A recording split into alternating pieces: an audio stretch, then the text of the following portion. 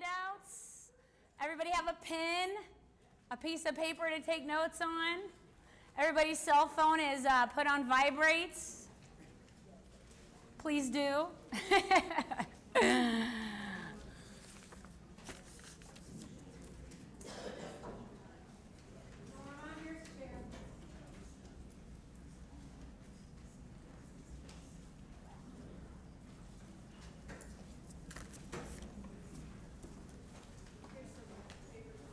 There's plenty of seats up here too. If you guys are looking for a seat, we have room up front here as well.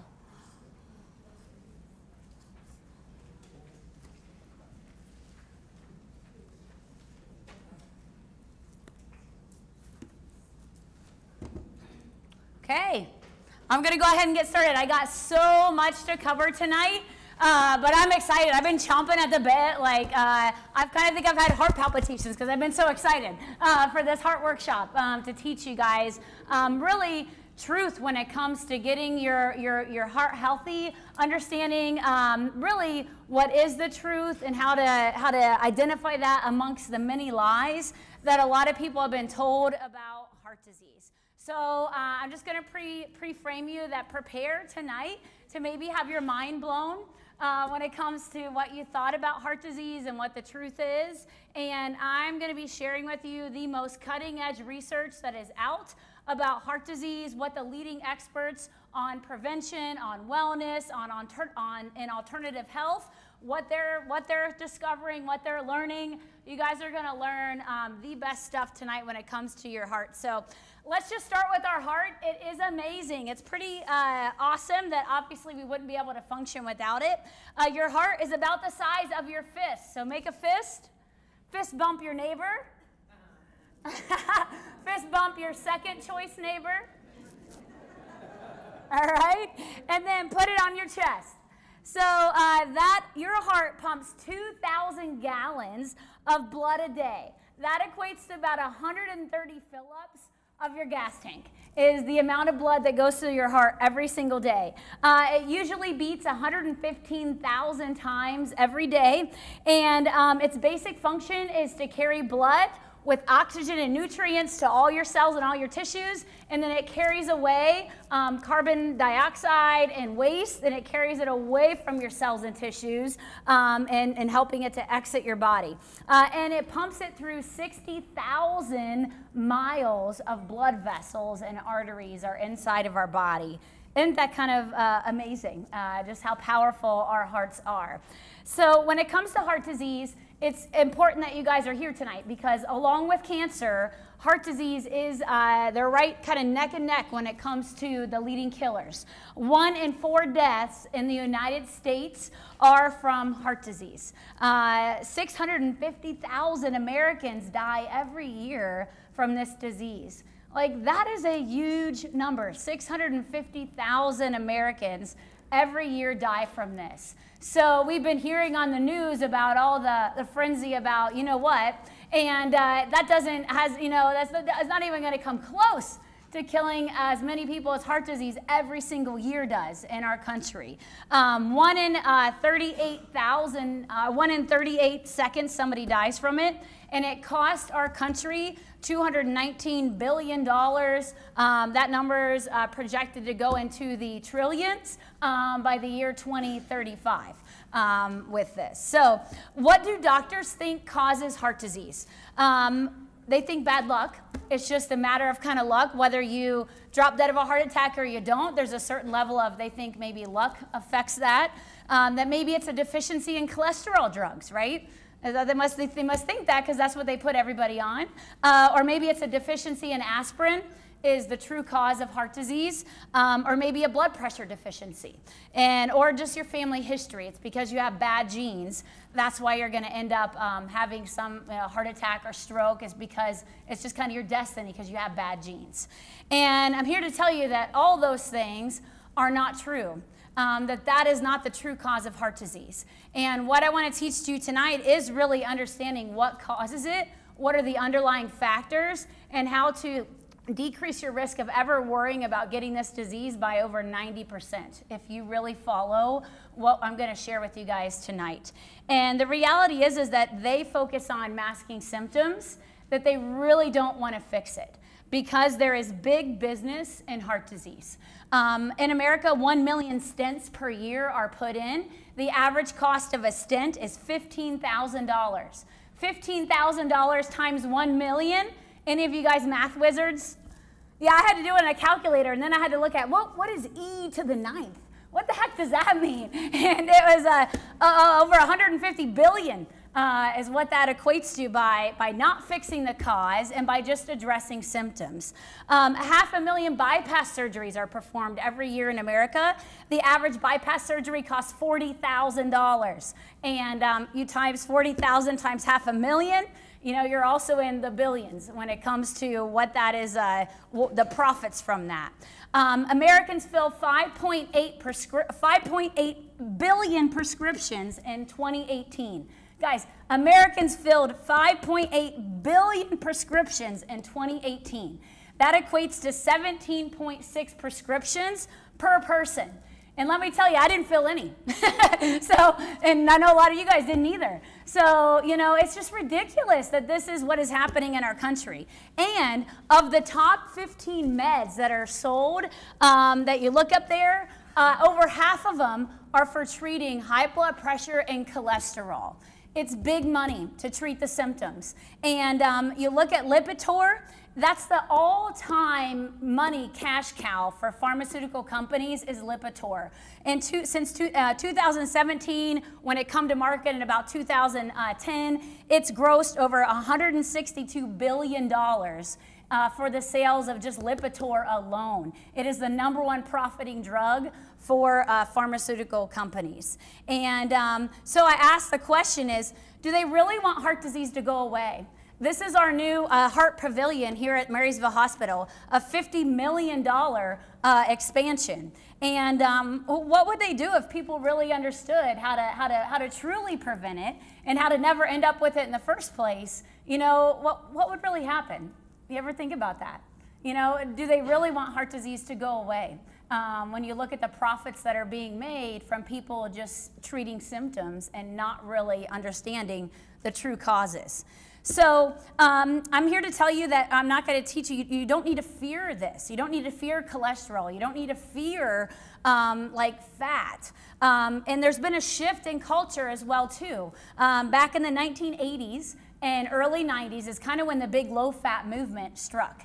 And it was based on faulty research that's been proven wrong again and again and again every time they study it. And so they were telling you butter's bad, switch to margarine, switch to corn oil, switch to vegetable oils, get rid of lard. That's what's causing heart disease. And so there's a period where it was like, don't eat eggs, don't eat bacon. And then it switched to like, okay, now actually do eat butter. Butter's good for you. And things like cholesterol are actually very good for your body. And so I understand with like being a patient, it's kind of confusing, right? Like what the heck do what do I believe? Because you have one side telling you one thing and another side telling you another thing. And then you kind of wonder like, what is the right thing? But I'll tell you, since the low-fat movement started in the 80s and the 90s, and we see cholesterol drugs have gone, you know, through the roof, the amount of people that take them, and people are more concerned about not, you know, lowering their cholesterol and not eating fat foods and things like that. Well, we've seen people have gotten fatter, they've gotten sicker. We've seen heart disease rates soar to epic highs. We've seen cancer rates soar to epic highs. We've seen Alzheimer's and dementia rates soar to epic highs. Like I would say, okay, if it's working, but obviously is it working? No, it hasn't been working. And so it's about kind of shifting our mindset and understanding the truth about these things. So like I talked about, you know, it's big business, Lipitor, $162 billion in sales, the all-time leader when it comes to drug profits. 30% of American men and women over the age of 40 take a statin. 30% of American men and women over the age of 40 are now on some type of a statin or a cholesterol-lowering medication. And this is old news that most people forgot about, but in this business week, they studied Lipitor, and they did big studies, and they found that actually it's not beneficial For almost all people that take it, it does not reduce the risk of having a heart attack or stroke, yet it causes many symptoms that I'm going to talk about. So I just want to share with you guys what the experts are teaching.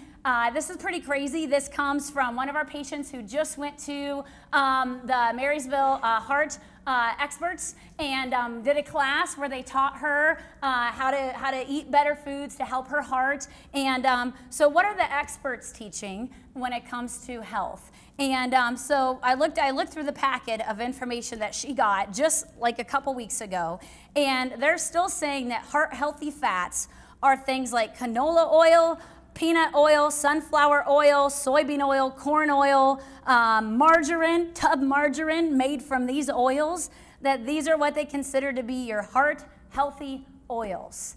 And we know from research that these are very inflammatory. These are the worst oils to be eating. They cause inflammation. They cause oxidation.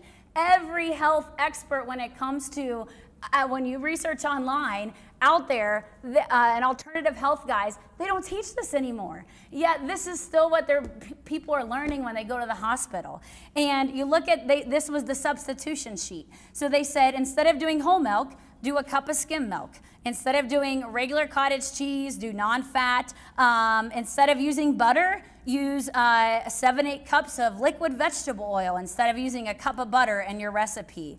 We look at the next thing. This was their sample menu of a heart-healthy menu, guys. So on there, if you can read that, breakfast consists of half a banana, 1/4 a cup of bran flakes, 1 slice of whole wheat toast, a cup of skim milk, 1 teaspoon of margarine to put on your toast, and then a coffee.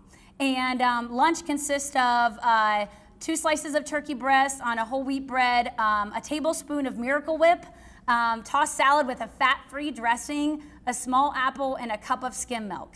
And then dinner was, if you read that, baked fish with lemon juice, which is fine. Green beans are fine. But then it talks about then a tablespoon of margarine to go over your rice or your green beans. And then your evening snack could be a 1/2 cup of non-fat ice cream and 3 graham crackers. Are you serious? Like, I'm like shocked by this. This is what they're still teaching people. That this is not only is this not a heart healthy thing, this will give you heart disease.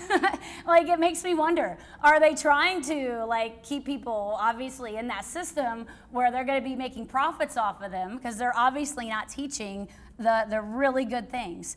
And when you look down there too, they just talked about desserts. And desserts that you can enjoy.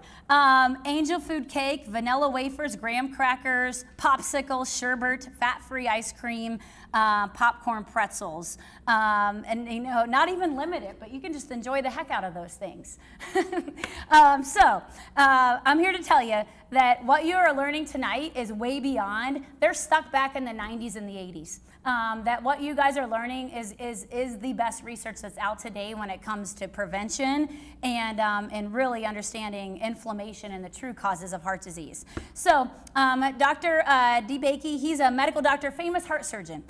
They did analyses of over 1,700 patients. They looked at their cholesterol value with atherosclerotic disease, plaquing in the arteries, things like that. And they revealed that there was no correlation between your serum cholesterol, your blood cholesterol levels, and the nature or the extent of atherosclerotic disease. No correlation. And that's been proven again and again and again with when they do studies. Here's some things that are going to kind of blow your mind. There's no such thing as good and bad cholesterol. No such thing. These terms are fictitious. The fact that LDL is called bad cholesterol and HDL is called good, the fact is that they're not even cholesterol at all. They are lipoproteins. They're transporters that transport cholesterol through the bloodstream to the body. And a report in British Medical Journal evaluated 19 studies involving 68,000 elderly people. And what they found was an inverse relationship between high HDL and mortality, meaning that the higher that your HDL was, that it actually, inverse relationship is that it didn't affect mortality, and that they concluded that it was inconsistent with the cholesterol hypothesis. is that it doesn't matter, that that's actually bad based on bad science. LDL, they call it a low-density lipoprotein because its function is it transport cholesterol. This is what LDL is, so you understand. LDL takes cholesterol from your liver, where your body makes 80% of cholesterol is made in your liver.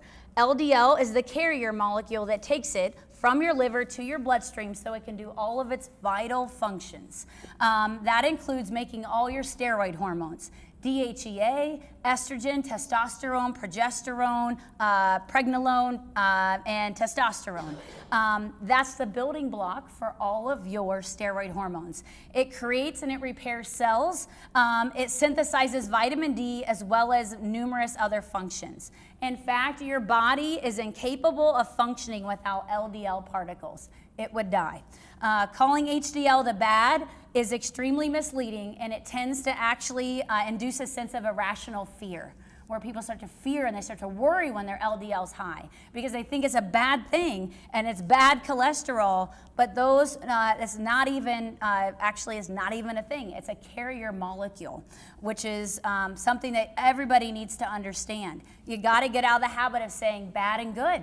There's no such thing. The LDL is the carrier molecule for cholesterol. And then HDL is the lipoprotein that takes cholesterol from your bloodstream and then it takes it back to the liver. That's what HDL does. And so understanding LDL and HDL, that there's no such thing as good and bad. There's cholesterol, and then those are the carrier molecules that serve a purpose. Studies that were done, Business Week, way back in 2008, they released studies that showed that there was no benefit in people over the age of 65, no matter how much their cholesterol declines from a drug, that there was no benefit in women whatsoever, no reduction in total deaths, and that it was pretty much useless. And women have a 38% increased risk of developing diabetes when they take a statin. That's been proven. That your rate of diabetes will go up 38%, especially if you're a woman that is postmenopausal. So what does cholesterol do, and does it cause heart disease? The truth is that it's the oxidation of cholesterol that causes heart disease. And we'll talk about what oxidizes it. But cholesterol itself is vital for the body, and it does not cause heart attacks and strokes. More people have heart attacks with normal to low cholesterol than those that actually have high cholesterol. There are a higher death rate with low cholesterol than high, and then statin drugs, they do lower your cholesterol. You get on a statin, you're going to draw your blood, your cholesterol levels will be lower, but that in no way, shape, or form decreases your risk of actually dying from heart disease, and many studies show it actually increase it. So cholesterol is a repair substance. Whenever there's inflammation in your body, cholesterol will be there to help heal it and mend it, especially in the arteries. So when your arteries have inflammation and they have damage, cholesterol's job is actually designed to help heal and mend the arteries and the tissues, which isn't that crazy? That why in the heck would you put people on cholesterol-lowering drugs when they have arteries that are inflamed? It's really, when you think about it, it's one of the worst things you could do for the body. The liver has to produce more cholesterol to repair the damage. Is that the more damage in your body, the more inflammation in your body will produce more cholesterol because it knows that it needs to produce it to help heal the body. So I'm just going to talk about cholesterol for a minute. It is an organic molecule essential for all animal life. All animals have cholesterol. It is made of carbon, hydrogen, and oxygen. It's classified as a sterol, and it's found in the cell membranes of all animal tissue. And it's, like I talked about, a precursor for your hormones, your bile salts to help with digestion. And it's about the texture of soft candle wax. You look at the cell, that's a picture of a cell. That's a picture of a cell membrane. Cholesterol makes up every cell membrane in your body. The building blocks of all your cells have cholesterol in them. It's a vital thing for every part of your body. You could not make a baby without cholesterol. In fact, over 30% of breast milk is cholesterol. The body's intelligent. It knows that that baby that's developing needs cholesterol to help develop the brain. So the problem is with cholesterol drugs. This is the flow chart of the body and different enzyme reactions. So you look at the top, when statin drugs come into play, then they inhibit the rest of this cycle. So therefore, they inhibit the production of cholesterol. Most of it. The body will still make some, but it dramatically decreases it. But it also breaks down the pathway that makes ubiquinol. And that is the foundational component of CoQ10. So when you stop the body's ability to produce that cholesterol, you also block the body's ability to make CoQ10. CoQ10 is a vital enzyme that helps with actually energy production. So CoQ10 is made by your body and stored in the mitochondria of your cells. The mitochondria are in charge of producing energy. So it produces this to protect cells from oxidation. So oxidative stress, a big thing that actually is a bad thing for cholesterol, but the body has checks and balances, and it's also producing this to help compensate for that. And CoQ10 is present in every cell of your body. However, the highest concentrations of CoQ10 are found in the organs that require the greatest energy demand, because CoQ10 is kind of the big thing that helps with energy production in the body. So it's found in greatest energy demand organs like the heart, the kidneys, the lungs, and the liver. So when you take a statin and you stop your body's ability to make CoQ10, you are putting your lungs, your liver, your kidneys, and your heart at major risk for disease because they require so much CoQ10 because they're big energy users in the body. So when we look at this, that's a big danger, is that statin drugs, cholesterol drugs, inhibit the vital enzyme that manufactures cholesterol in the liver. The problem is that our brains are made up of 60% cholesterol. So if you lower cholesterol with drugs, the brain and the nervous system will deteriorate because cholesterol is a foundational component of our brain and of our nervous system. Also, it will decrease serotonin and it increases things like depression. And I've seen that firsthand with patients that get on cholesterol drugs. Their brains don't work as well, they're more depressed, they're more tired, and they think that something's wrong in their body or they're just getting older. Well, hey, it's the statin that you're taking. That's why you're feeling this way. And then CoQ10 production is inhibited when you take statin drugs. So CoQ10 helps reduce inflammation, it protects you from cancer and aging. So essentially, it will cause your body to rapidly deteriorate and age a lot faster than what it's designed to. So if you've been taking a statin or you currently take one, you have to supplement CoQ10. End of story. You got to start taking it because you're at major risk because your body's no longer producing it. So at a minimum, if you take a statin, you got to take CoQ10 to help protect your body with that. So when we look at cholesterol, I want to talk about how it's king. So I talked about just 12 benefits of cholesterol. This list could be probably 50. If we look at this, so every cell membrane has cholesterol in it. It's key for mitochondrial energy production. It's the precursor to all the hormones in your body, the sex hormones. It activates the release of neurotransmitters like serotonin, GABA, dopamine that help you feel happy, calm, and think straight. It's necessary for a healthy nervous system, supports digestion, bile acids, protects you from infections. It's required for a healthy immune system. It reduces inflammation. It's a precursor to vitamin D. It's a powerful repair substance, and it's vital for a healthy brain and neurocognitive function. So why the heck are they telling us to lower it? Why?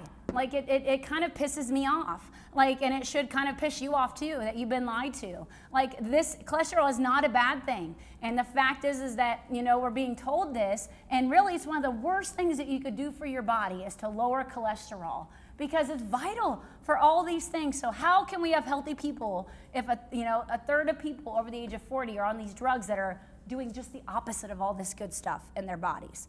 So cholesterol is vital for sex hormones. This shows you the pathway. Cholesterol is at the top, and then all these hormones are made from cholesterol. It's vital. The sunlight converts cholesterol into vitamin D. So if you're lacking in cholesterol, then you're going to be lacking in vitamin D as well. And vitamin D deficiency is linked to everything, pretty much. Every disease, multiple sclerosis, psoriasis, rheumatoid arthritis, all types of cancer, diabetes, respiratory disease. All these diseases are linked to low vitamin D levels. And when you block cholesterol, you block a lot of your body's ability to make vitamin D.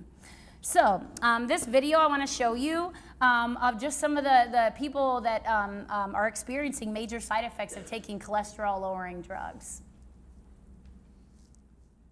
A provocative column we saw in the Wall Street Journal. It is about the drugs called statins. In fact, one of them, Lipitor, may be the most widely prescribed drug in the nation. But some people are claiming an unpublicized side effect from the medication: memory loss. Difficulty concentrating, fuzzy thoughts. Today, 69-year-old Jane Brunsey loves volunteering for her granddaughter's middle school. But not long ago, her memory was so bad, while babysitting, she even lost track of her granddaughter.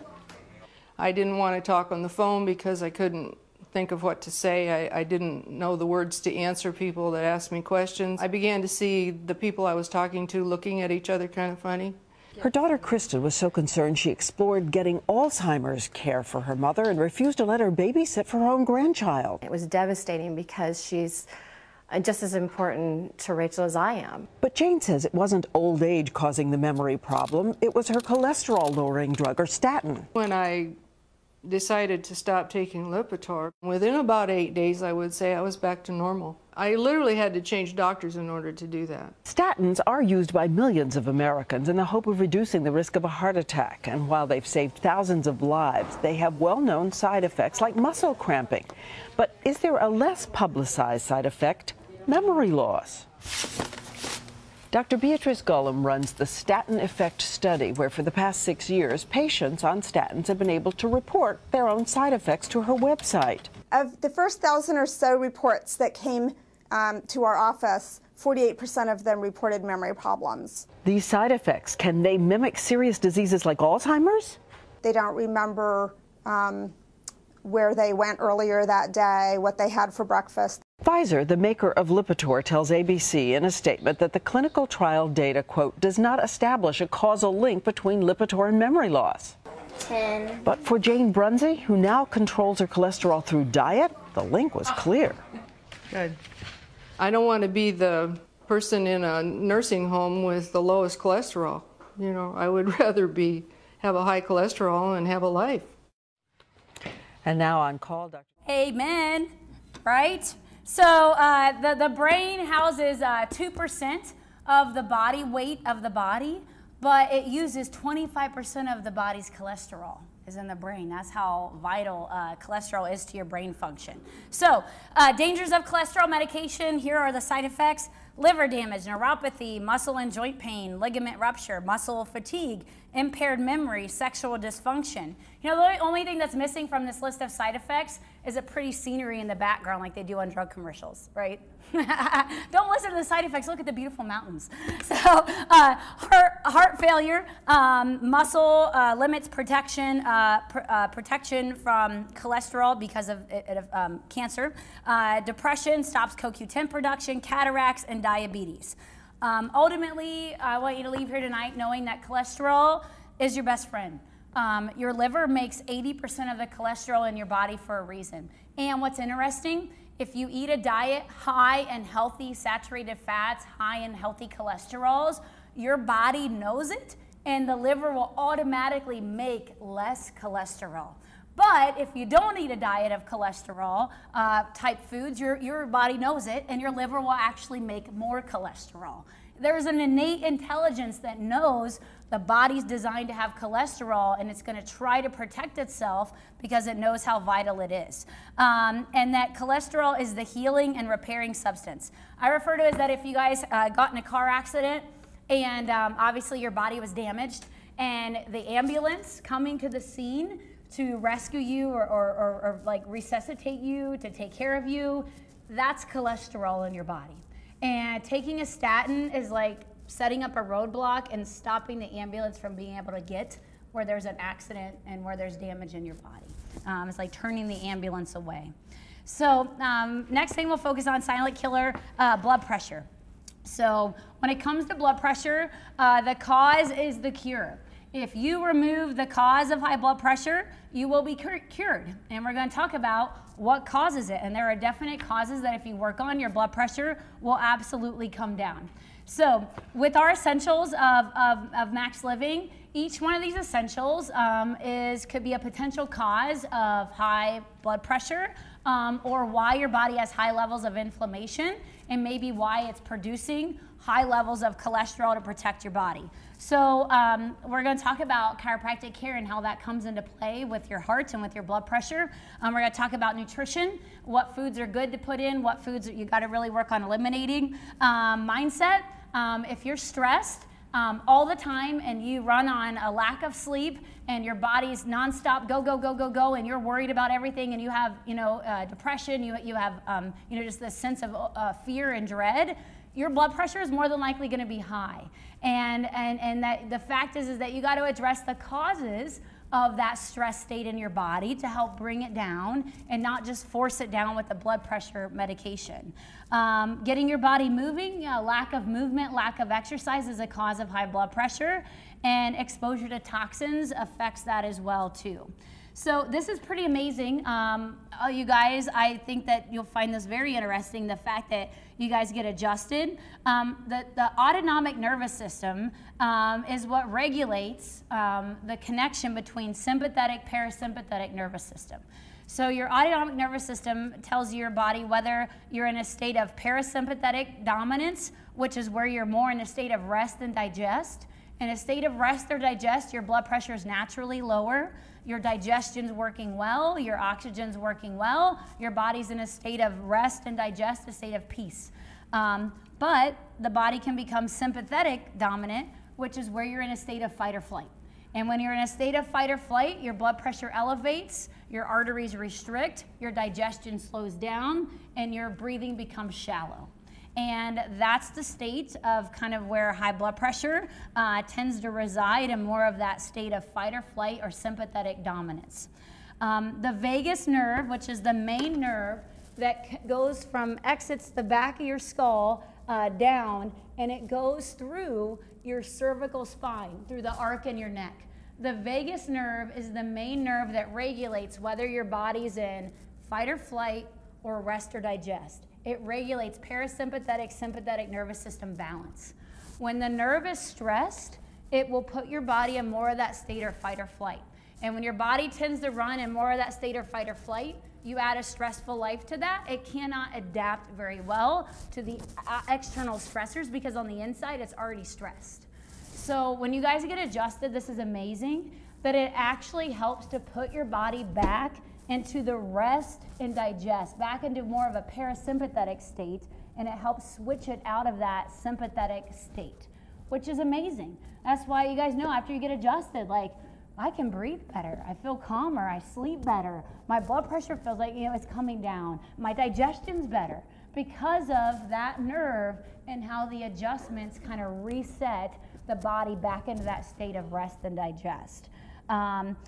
Studies that have been shown that people that have hyperkyphotic posture, rounded shoulders, head forward, was specifically associated with an increased risk of death from atherosclerosis.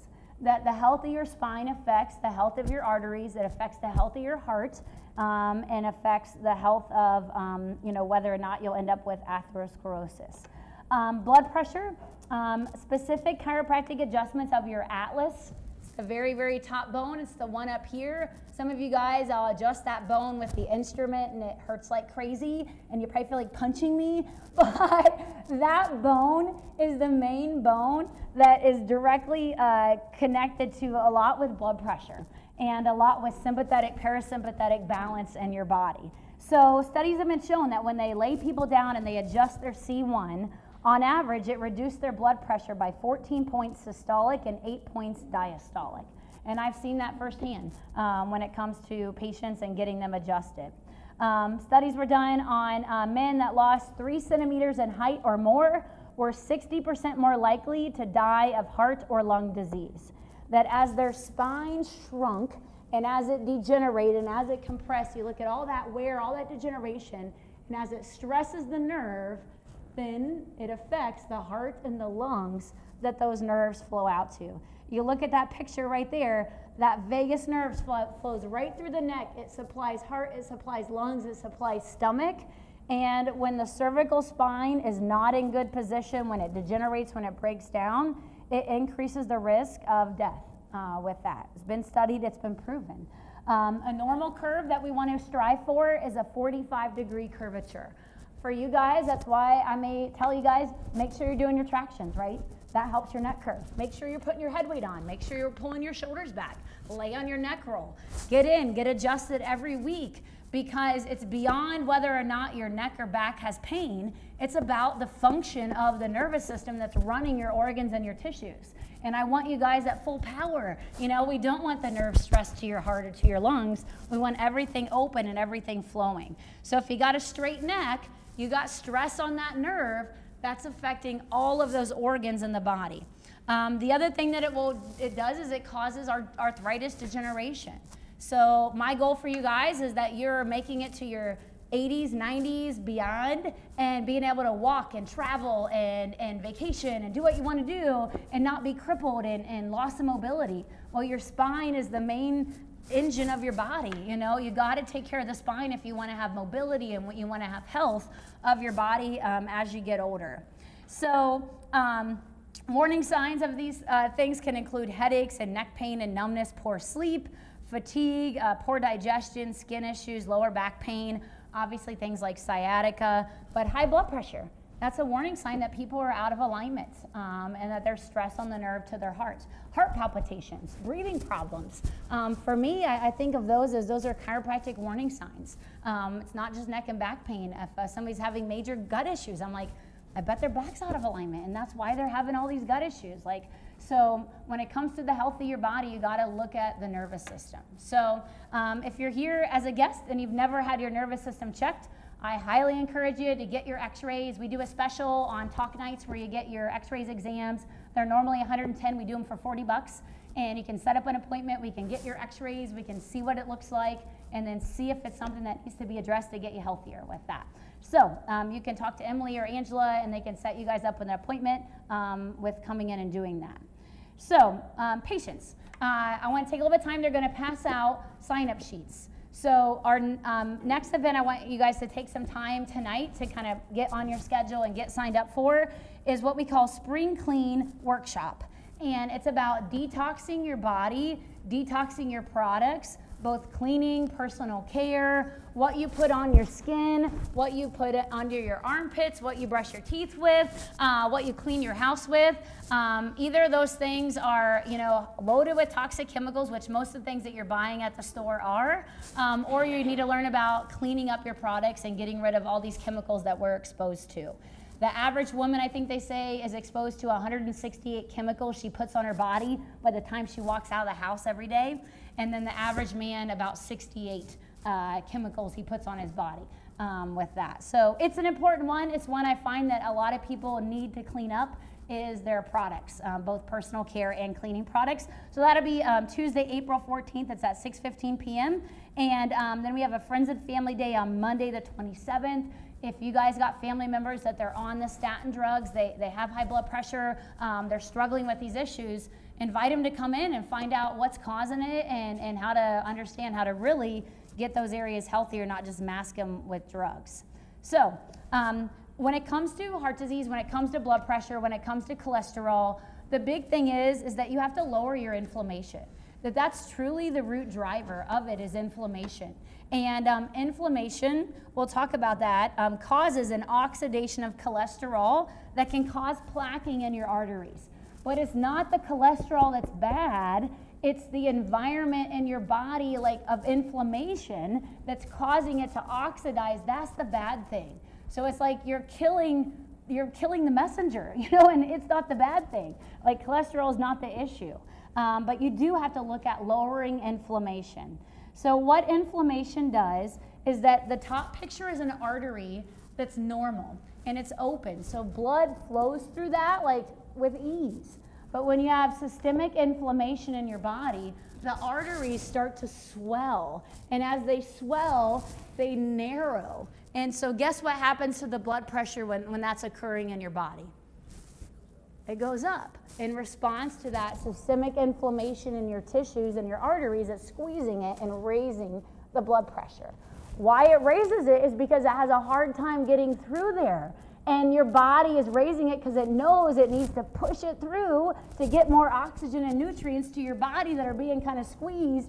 So if you take a blood pressure pill that forces it low, is that a good thing or a bad thing? Your body's raising it for a reason. It knows, it's intelligent, and it's trying to protect itself. So you got to get to the inflammation. You got to work on opening up those arteries and decreasing the inflammation. So here's the sources of inflammation. High amounts of insulin in your body will produce inflammation. Deficiencies in essential fatty acids, especially omega-3s, will create inflammation. Deficiencies in B vitamins will create an inflammation reaction in your body, and chronic stress will also create a source of inflammation.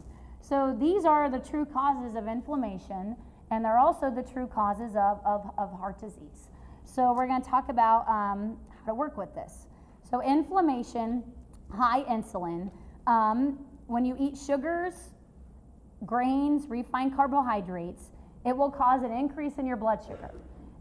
What does your body do when your blood sugar is increased? It releases insulin, it releases cortisol to get it out of your bloodstream and to get it into the tissues. And as it produces more insulin, more cortisol, you have this inflammatory reaction in your body because it's on overdrive, and we're not meant to have diets that are high in sugar, high in refined carbohydrates, and that creates a stress response in the body. So I think back to the packet that my patient gave me from the hospital. Guess what was not mentioned one time in that whole darn packet? Sugar! Like, they didn't even ever say one time to avoid sugar. Wasn't even mentioned, not even one line in that packet. Craziness. So when it comes to food, heart-healthy foods is that you want to work on eating heart-healthy foods and obviously avoiding your foods that drive disease. So you do want to avoid processed foods, sweet foods, sugar-sweetened beverages, fast foods, and obviously things like that are in the picture up there. Healthy things that you do want to eat are things like nuts, coconut products, olive oil, naturally raised protein, low-sugared fruits, plant-based carbohydrates, and then ancient or whole grains or sprouted grains to some extent are a good thing for the body for most people. So multiple studies have been done when they look at like paleo nutrition and they put people on that diet and they evaluate their blood pressure. It does amazing for people's blood pressure because it lowers inflammation. So you look at this food pyramid, this would be a good one for almost everybody to follow here. So the base of your diet should be vegetables. Doesn't matter which ones, just eat lots of vegetables. Preferably eat the color of the rainbow. You know, eat broccoli, eat cauliflower, eat cabbage, eat cucumbers, eat all the vegetables that you can think of. They should be the foundation for your diet. Above it, you should look at meat, fowl like wild game or birds, seafood, eggs. Pay special attention around the outside of the pyramid. You want things to be organic, local, free-range, grass-fed. Because meat that's grass-fed, chicken that's organic and free-range, it has higher omega-3s, less omega-6s, so it's naturally more of an anti-inflammatory food. If you eat conventional raised beef from the store, it is an inflammatory food. So a good grass-fed beef has a ratio of omega-6 to omega-3, 4-to-1. Conventional beef has a ratio of omega-6 to omega-3 anywhere between 20 to 40-to-1, which puts it in an inflammatory food. So that's why the quality of the meat matters, because it's either an inflammatory food or it's an anti-inflammatory food, depending on how the meat is raised. Above that, things like coconut, avocado, and olives. Great healthy fats. Those are good fats. Those are good fuels for good cholesterol in your body. They fuel your brain. They fuel your energy. Those are crucial things. Nuts and seeds should also be a big thing in our diet. And then at the top, animal fats, olive oil, coconut oil, even things like grapeseed oil, and then fruits that are in season as well. So fruits that are in season, are great. You know, they're higher in nutrients, lower in sugar, but I tend to tell people eat fruits that tend to be just lower in sugar with that. So, and then how does this vary from, like, if you're at our workshop and we talk about getting on more of a keto plan? It's very similar.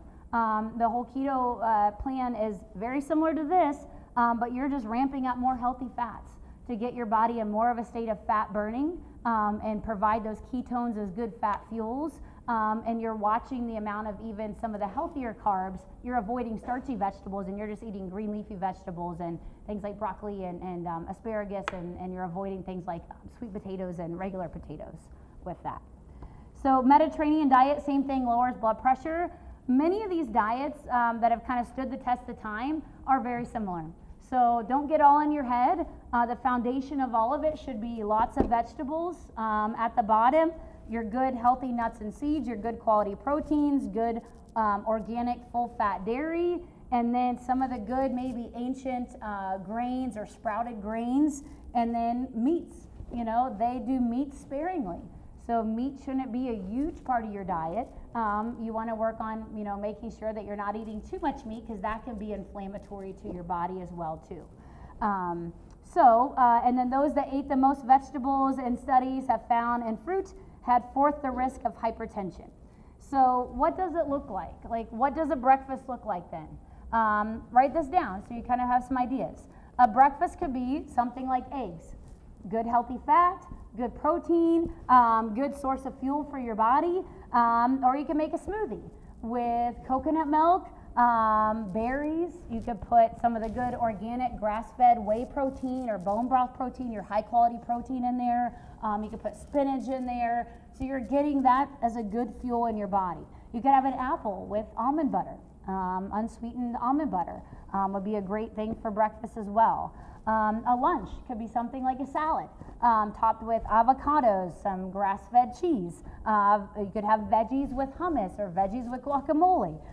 For dinner, you could do a clean meat, a grass-fed organic or wild-caught salmon with a vegetable or with cauliflower rice.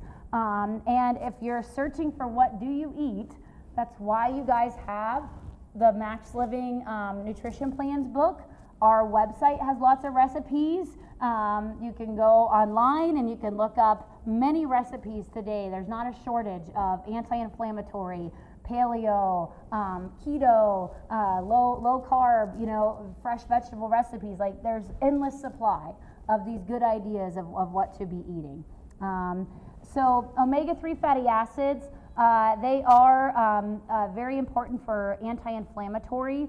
Omega-3 consumption helps reduce your risk of cardiovascular disease, but it also reduces your risk of cancer, reduces your risk of Alzheimer's disease. Omega-3s are crucial for fighting inflammation. And every American is in an inflamed state just because of how toxic our environments are, how stressful our lives are, how processed our food supply is, and what kids grow up eating. Most kids, they're already inflamed by the time they're, 8, 9, 10 years old because of their diets are highly processed. So chances are, as an American, you could benefit greatly from increasing your omega-3s if you're eating things like wild-caught salmon, chia seeds, flax seeds, hemp seeds, walnuts. Those are all high in omega-3s, as well as things like fish oil or cod liver oil too. Study that was done that said there was a 90% decreased risk of sudden cardiac death the higher the omega-3 levels were. So it was like the higher they got their omega-3s, the lower their risk of dying of a sudden cardiac death, because it decreases the inflammation. It opens up the arteries. Things flow better. So I was thinking about this, and I was kind of thinking, like, what are all the crucial things that people should be taking to help protect their heart? And obviously, omegas are huge, right? We are so inflamed, an omega supplement is crucial for almost everybody, because most people do not eat fatty fish like salmon or sardines 2-3 times a week. If you do, amazing. And you may not need an omega-3 supplement, but most people don't. So omegas are crucial. B complex is vital for heart function, and they're your energy vitamins. B vitamins tend to be depleted in our food supply today. high stress lives tend to suck down your vitamin D levels in your body. So vitamin B is crucial for that as well. Vitamin D3, every study that studies vitamin D3, the higher your D3 is, the lower your risk of heart disease, the lower your risk of cancer. It's a crucial thing for heart and body health. And then magnesium is really important for your artery health. It helps to lower blood pressure, and it's involved in 300 enzymes in the body. So I was looking at it and I was like, I think the best thing for the heart really is our essential box, because it has every one of those things in there. It's pretty amazing. And you're taking your Bs in there. There's one of the B capsule with delayed release high dose B. There's 2 capsules of omega vitamins. There's 1 capsule of D3 of 500 IUs of vitamin D. There's 2 capsules of magnesium glycinate that gives you adequate dose of magnesium. And there's 2 women's or men's multivitamin, depending on which one you get. So you take that packet and you're like, you can feel really good that you are really arming your heart with the good nutrients that it needs and kind of what's lacking in your diet. And really on all aspects, it's a good thing with everything that's combined in there. And it's easy. So I'm loving those things. I love to grab the packet. I love to take them. And I love that everything's in there. And it just makes it super easy. And I take a lot of supplements. And it's just nice not to have a million bottles set around and just to grab the packet. The other thing that I put in the cardiovascular wellness bundle was make it easy for yourself and make one meal of your day easy, like a smoothie. So life is hard enough, like make it easy when it comes to your eating. So one of your meals a day, make it be a simple smoothie. And make it be a smoothie that you put the good grass-fed whey protein or bone broth protein, so you're getting high quality protein. And then the max greens, like 1 scoop of max greens has 30 kind of condensed and dried down superfoods, greens in there. So most of our diets, we're not getting enough good vegetables, and that's a good way to fill it in. And so making one of your meals a day, whether it's a breakfast, make it a smoothie. It can be a meal replacement. Or if you don't eat breakfast and you're doing intermittent fasting, then make that your first meal of the day. And maybe that's more of like your late lunch, or first lunch of the day around 11 or 12 o'clock, you have a smoothie. And then you're looking at maybe a healthy snack, snack on some vegetables, snack on some healthy, type of things, nuts or an nuts and an apple or something like that. And then a clean dinner of a good protein and vegetables. Like, make it easy. Like, I like easy. That's why I like smoothies, because it's just kind of makes it easy, and I like to do that. The bundle tonight, I did 20% off because I really, I know that if you left here tonight and all you did was start taking this and doing a smoothie every day, you would be healthier. And your body would be supplied with better nutrients that it needs to function properly. So it's regularly $235. It's 20% off tonight, and that is $188 is what that comes to. And then you get your choice of protein. It can be the bone broth, or it can be the whey protein, or if you like plant protein, you can do that as well too. So, and then those of you that have specific heart issues, I want to talk a little bit about things that are out there that can help you. If you struggle with high blood pressure and you have tried to eat right consistently, and you've exercised consistently, and your blood pressure still runs kind of high, then there's still a stress on your body, which you still got to work on getting to the cause, whether it's emotional stress or, any different types of chemical stress that your body's under. You still got to get to the cause.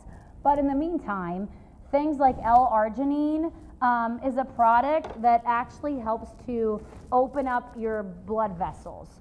So L-arginine is one that I'd recommend that if you're struggling with high blood pressure, it's a much better alternative than high blood pressure medication. So it's an amino acid that when it enters the body, it helps to expand the blood vessels. As a result, L-arginine can help with lowering your blood pressure, reducing inflammation, and overall improves your cardiovascular health. So I'm not recommending that for everybody, but I am saying that if you do have blood pressure problems and they've been chronic and you've really tried to work with your lifestyle, still kind of high, then you may want to start taking some L-arginine and see how that helps your blood pressure levels. Same thing as the blood pressure support, BP support.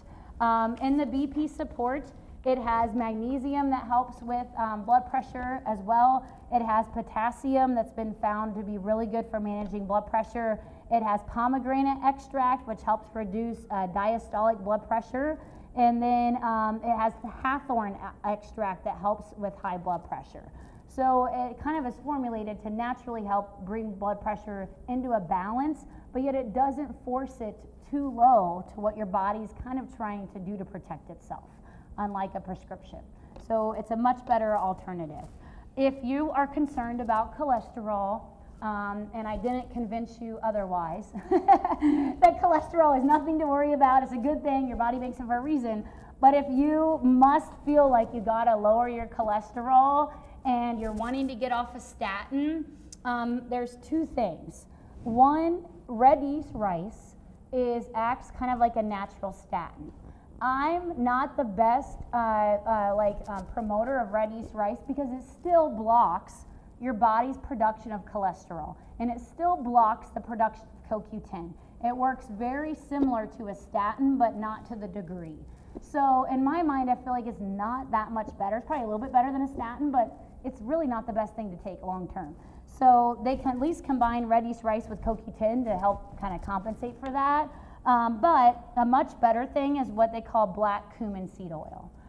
Black cumin seed oil has been shown to be very beneficial at optimizing cholesterol levels, and it's very good with anti-inflammatory, which helps to fight inflammation, which helps to naturally bring down your cholesterol to optimal levels with that. So it is a much safer option. It's kind of the best bet when it comes to if you are wanting to do something for your cholesterol, then I would encourage you to go more the route of black cumin seed oil than doing something like a red yeast rice with that. I gave you guys on your handout tonight cardiovascular performance. On there it goes through kind of the highlights of the things I talked about for your nutrition. It gives you ideas, talks about mindset, talks about exercise. So if you weren't the best note taker, there are good things on there as well. And then on the back, it kind of highlights the things that are good for each kind of specific heart type issue with that as well. So on our website, on MaxLiving, drbenson.com, there is abundance of recipes.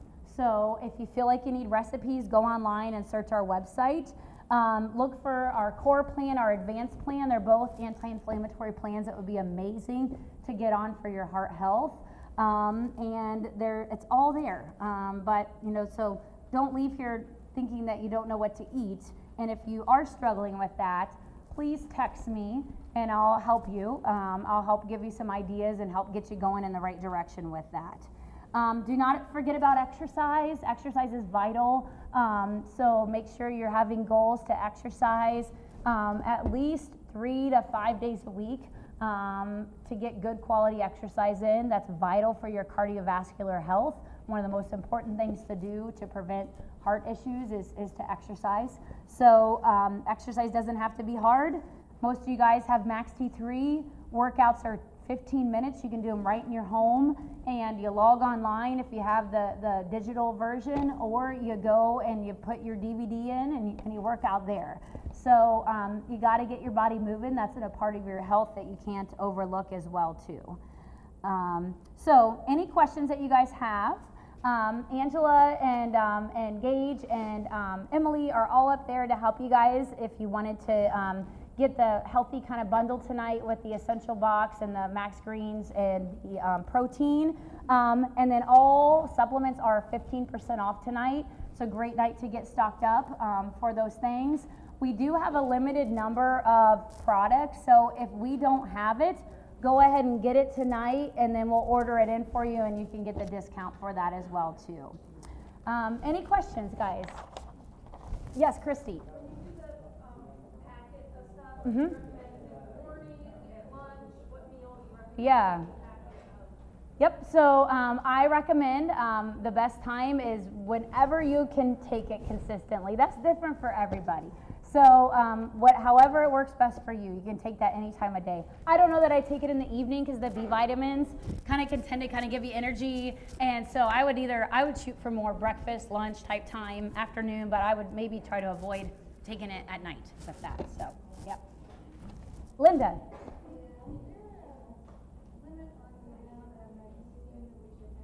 Yeah. So there is limits, but a good way that to kind of judge is if you start to get loose stools, then you're probably reaching your threshold of magnesium with that. So, but most people, we're so deficient, you don't reach that. But some people, they know, and they take too much, they get diarrhea with that. So, yes.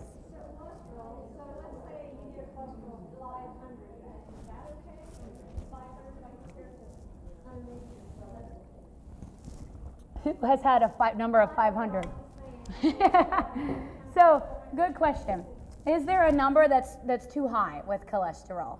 So, when I've researched it and I've looked at it, they said a majority of Americans, you're fine. If your cholesterol is between 2 to 300, that's perfectly normal, actually. Normal cholesterol used to be 250, years back, and they just keep lowering it to sell more drugs. They said there are occasional people, but they're less than like 1% of the population, that they have a tendency to produce high amounts of cholesterol. So when they get tested, their cholesterol is 350 or higher.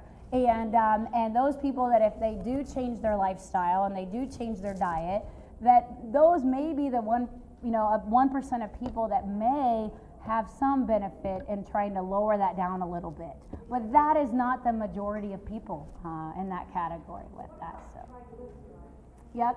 So triglycerides, good question. What about triglycerides? Triglycerides high is a sign that you have too much sugar or carbohydrates in your diet. You cut sugar, you cut carbs, your triglycerides will fall, dramatically with that. So, yeah. No, you don't, because those those are ones that, exactly, yeah, yep, yeah. But when they do study blood levels, they find that the amount of cholesterol in your blood or the amount of cholesterol that you eat doesn't affect the amount of cholesterol and blocking in your arteries. That's the thing that's not true with that. So. Good. Thank you guys. Thanks for coming. Let me know if you have any questions, and we'll look forward to seeing you next visit.